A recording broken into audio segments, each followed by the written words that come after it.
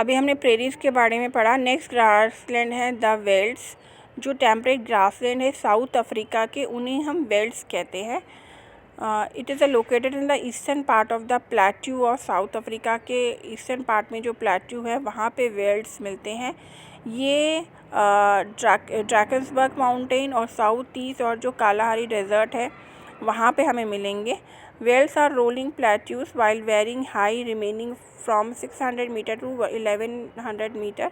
Welds एक तरीके के रोलिंग, मतलब जो ऊपर से रोल वाले गोल टाइप के जो प्लेट्यूज हैं वहाँ पर ये ग्रासलैंड्स हैं।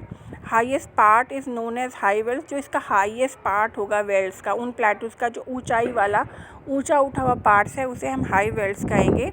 It's high range between 1200 metre and 1800 metre के बीच में होती है।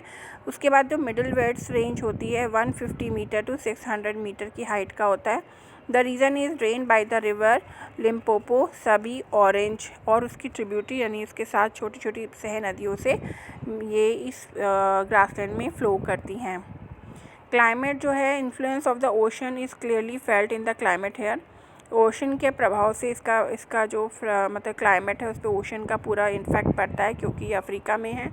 As compare to the prairies, the veld experience moderate climate. Prairies की कंपेयर में वेल्ड्स में मॉडरेट क्लाइमेट है। विंटर कोल्ड और ड्राई है, समर शॉर्ट टाइम के लिए होती है और वार्म है। Climate gets cooler as the height increase, जैसे जैसे हम ऊंचाई पे जाते हैं क्लाइमेट इंक्रीज़ होता जाता है, जैसे कि ठंडा होता रहता है मौसम। रेनफॉल बहुत कम होता है, मेनली समर्स में रेनफॉल होता है। It decreases from east to west as the wind blow from the Indian ocean and give more rain in the eastern region. ये ईस्ट टू वेस्ट में डिक्रीज़ होता रहती है रेनफॉल, ज़्यादातर इंडियन ओशन से जो विंड ब्लो करती है वो यहाँ पर ईस्टर्न रीजन में रेन लेकर आती हैं। Area often face draft condition, बाकी एरिया थोड़ा सूखा रहता है। Next is natural vegetation and wildlife. Velds are temperate grassland and grasses, both tall and short, bushes and scattered tree form the vegetation cover of the area. Velds जो हैं temperate grasslands हैं, यहाँ पे grasses जो हैं toll भी हैं, short भी हैं, झाड़ियाँ हैं और स्कैटर्ड ट्री, जगह जगह पे आपको पेड़ भी मिलेंगे और इसी तरीके की वेजिटेशन इस एरिया में कवर्ड है। Trees are restricted to the river bank and on higher slope.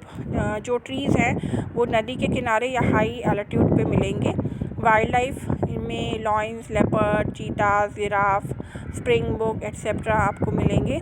But their number are dwindling because of reckless hunting and poaching. लेकिन आज यहाँ पर भी हंटिंग और उनको जानवरों को पकड़ना और उनको शिकार के लिए यूज़ करने की वजह से जो एनिमल्स हैं वो यहाँ भी कम होते जा रहे हैं। Several national park and wildlife sanctuary have been set up in order to protect these animal and promote tourism. यहाँ भी गवर्नमेंट की तरफ से बहुत सारे नेशनल पार्क और वाइल्ड लाइफ सेंचुरी बनाए गए हैं ताकि एनिमल को प्रोटेक्ट किया जा सके और टूरिज़्म को प्रमोट किया जा सके।